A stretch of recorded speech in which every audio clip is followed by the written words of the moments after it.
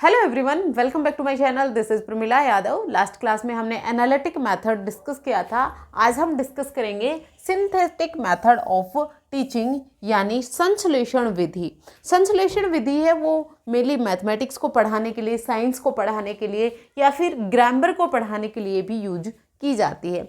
Synthesis का मतलब होता है सम करना। एस से आप याद रखना, एस से सिंथेसिस, एस का मतलब होता है सम करना, यानी छोटे छोटे पार्ट्स को पहले समझना और फिर उसको एक इकट्ठा वूल के रूप में समझना। यानी पार्ट से लेकर हम एक बड़ी चीज बनाएंगे, पार्ट से वूल की तरफ जाएंगे। इसका सबसे इंपॉर्टेंट मैक्सिम क्या होता है? नोन टू अननोन की तरफ जाना। यानी जो चीज हमें ज्ञात है, ज्ञात से शुरू करेंगे और अज्ञात तक पहुंचेंगे।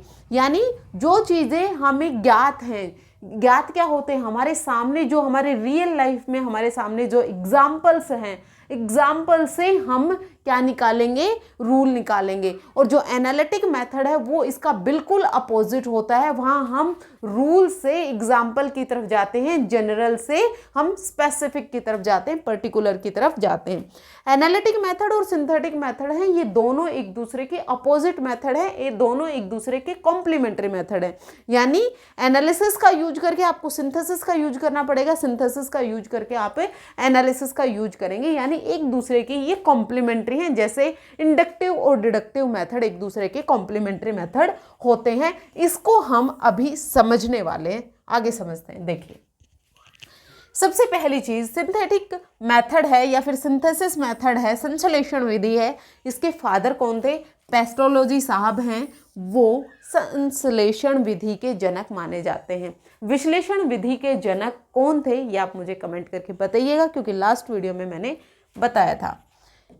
देखिए, इसमें क्या होता है? Synthesis method of teaching is a teaching approach in which the smaller parts, facts और element are combined to form a complete concept। यानी छोटे छोटे पार्ट्स को जोड़कर आप एक बड़ी चीज सिखाते हैं। जैसे आप बच्चे को इंग्लिश ग्रामर सिखा रहे हैं, आप पहले बच्चे को नाउन सिखाएंगे, फिर आप उसको प्रोनाउन सिखाएंगे, फिर आप उसको वर्ब सिखाएंगे, फिर आप उसको एडवर्ब सिखाएंगे। मतलब जितनी भी चीजें हैं वो सब एक एक पार्ट सिखाया, फिर आप बच्चे को कंप्लीट सेंटेंस सिखाते हैं। और एनालिटिक मेथड में क्या था? इससे बिल्कुल अपोजिट। पहले आप बच्चे के सामने पूरा सेंटेंस रखेंगे, यानी पूरी वूल प्रॉब्लम रखेंगे, और फिर उसके छोटे छोटे पार्ट्स को समझाएंगे, उसमें से निकाल के नाउन समझाएंगे, प्रोनाउन सिखाएंगे, वर्ब सिखाएंगे।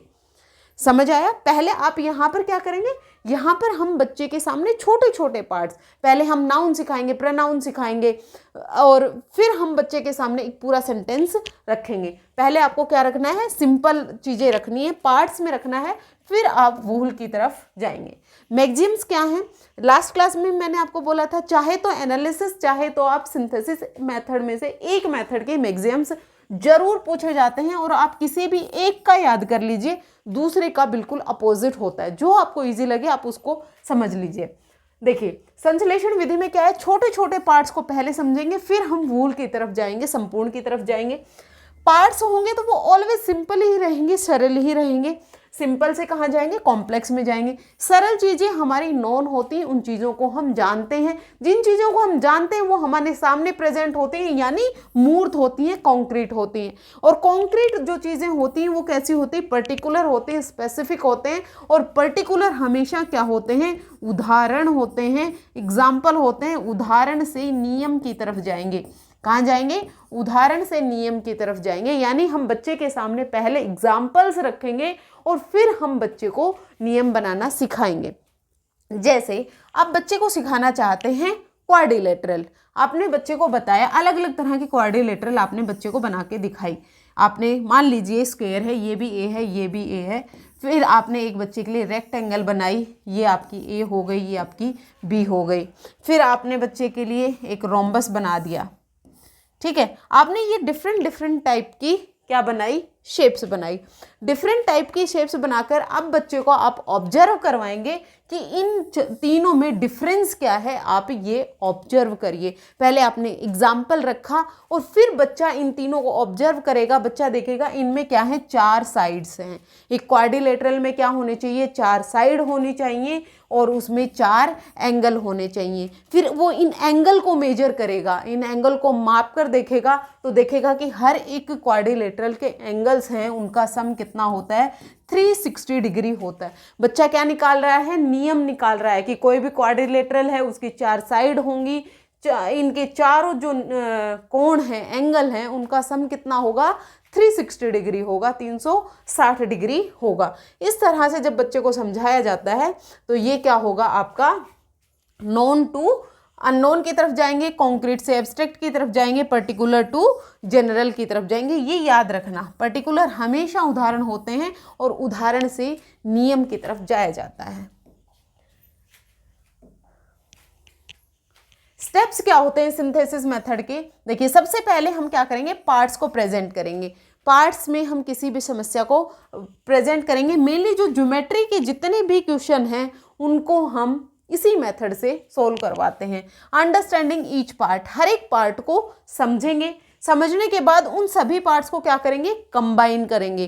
कंबाइन कर दिया तो क्या बन गया, एनालिसिस अपने आप ही हो गया, वूल चीज बन गई। छोटे छोटे पार्ट्स को कहाँ ले गए, हम वूल की तरफ ले गए।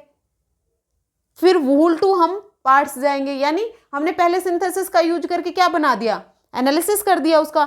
एनालिसिस का यूज करने के बाद क्या करेंगे, सिंथेसिस का यूज करेंगे। फिर formation of wool concept, wool concept को बनाने के बाद फिर से आप कहाँ जाएंगे, पार्ट में जाएंगे। जब आप वूल से पार्ट जाएंगे तो क्या होगा, एनालिसिस होगा। पार्ट से वूल की तरफ जाएंगे तो क्या होगा, सिंथेसिस होगा। मैं यही तो कह रही थी स्टार्टिंग में कि एनालिसिस मेथड और सिंथेसिस मेथड है वो दोनों एक दूसरे के कॉम्प्लीमेंट्री, दोनों एक दूसरे को पूरे करते हैं। फिर उसके बाद आप क्या निकाल देंगे, कंक्लूजन निकाल देंगे।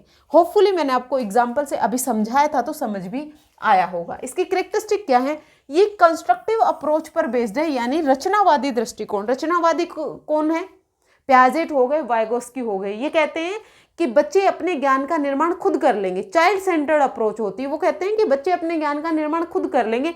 बच्चा कोई ब्लैंक स्लेट नहीं होता, बच्चे में ज्ञान भरने की जरूरत नहीं है, बच्चा पहले से ही ज्ञानी है। वो अपने इन्वायरमेंट को जब एक्सप्लोर करेगा तो अपने ज्ञान का निर्माण वो खुद कर लेगा। लॉजिकल एंड सिस्टमेटिक है। दूसरा आप याद रखना, ये जो मेथड है, सिंथेसिस मेथड है, ये साइकोलॉजिकल मेथड है, यानी मनोवैज्ञानिक मेथड है। बच्चों को सिखाने के लिए सबसे बेहतर विधि है। Emphasis on the rule formation, यानी पहले आप बच्चे को एग्जाम्पल दिखा रहे हैं, आप बच्चे को उदाहरण दे रहे हैं और बच्चे रूल का निर्माण खुद कर रहे हैं। एक्टिव पार्टिसिपेशन होता है, यानी सक्रिय भागीदारी होती है। जहां पर भी बच्चे एक्टिव रूप से पार्टिसिपेट करेंगे तो वहां पर लर्निंग ऑब्वियसली बहुत बढ़िया होगी। लर्नर सेंटर्ड मेथड होगा, ये मैंने नहीं लिखा है, लर्नर सेंटर्ड मेथड होता है। जहां पर बच्चा एक्टिव होगा तो वो लर्नर सेंटर्ड अपने आप ही हो जाएगा। ये स्लाइड आपके लिए इंपॉर्टेंट है। डिफरेंस समझ लीजिए, एक याद कर लीजिए, दूसरा अपने आप याद हो जाएगा। डिफरेंस बिटवीन एनालिसिस और सिंथेसिस मेथड। पार्ट से वूल कहाँ जाते हैं, अभी तो हमने किया, कौन से मेथड में जाएंगे, सिंथेसिस मेथड में जाएंगे। और वूल टू पार्ट किस में जाते हैं, एनालिसिस मेथड कहें या फिर एनालिटिक मेथड कहें, संश्लेषण और विश्लेषण विधि। पार्ट से वूल जाएंगे तो उसमें वूल टू पार्ट की तरफ जाएंगे। यहाँ सिंपल से कॉम्प्लेक्स जाएंगे तो वहाँ पर कॉम्प्लेक्स से सिंपल की तरफ जाएंगे। फ्रॉम अननोन टू नोन, तो ये नोन से अननोन की तरफ हो जाएगा। कॉन्क्रीट यानी मूर्त चीज़ें जो हमारे सामने प्रेजेंट है, जिनके साथ हम एक्टिविटी कर सकते हैं, टच कर सकते हैं, फील कर सकते हैं। कॉन्क्रीट से एब्स्ट्रैक्ट की तरफ जाएंगे, यहाँ पर एब्स्ट्रैक्ट से कॉन्क्रीट की तरफ जाएंगे। यहाँ पर पर्टिकुलर यानी एग्जाम्पल बच्चे के सामने पहले रखे जाएंगे, फिर बच्चा रूल निकालेगा, जनरल चीज निकालेगा। लेकिन यहाँ पर पहले ही बच्चे को रूल बता दिए गए हैं कि इस रूल से आप इस समस्या को सोल्व कीजिए, तो रूल बताकर बच्चा उदाहरण निकालेगा। ये डिफरेंस है, ये डिफरेंस है, ये आपको जरूर से जरूर पता होना चाहिए। 1 नंबर आपका 100% यहाँ से बन जाएगा। इम्पोर्टेंट मेथड है, तो आपको ये स्लाइड है, ये इम्पोर्टेंट है, देख लीजिएगा। ये थे आपके एनालिसिस और सिंथेसिस मेथड, यानी संश्लेषण और विश्लेषण विधि। इन दोनों का डिफरेंस आपको पता होना चाहिए। एक किसी भी मेथड की करेक्टरिस्टिक आप लर्न कर लीजिए, दूसरा उसके बिल्कुल अपोजिट है, आपको याद रहेगा। होपफुली आज का वीडियो आपको पसंद आया होगा। अगर आपको पसंद आया तो लाइक शेयर एंड सब्सक्राइब कर दीजिएगा। आज के लिए इतना ही, मिलते हैं फिर से। Thank you very much.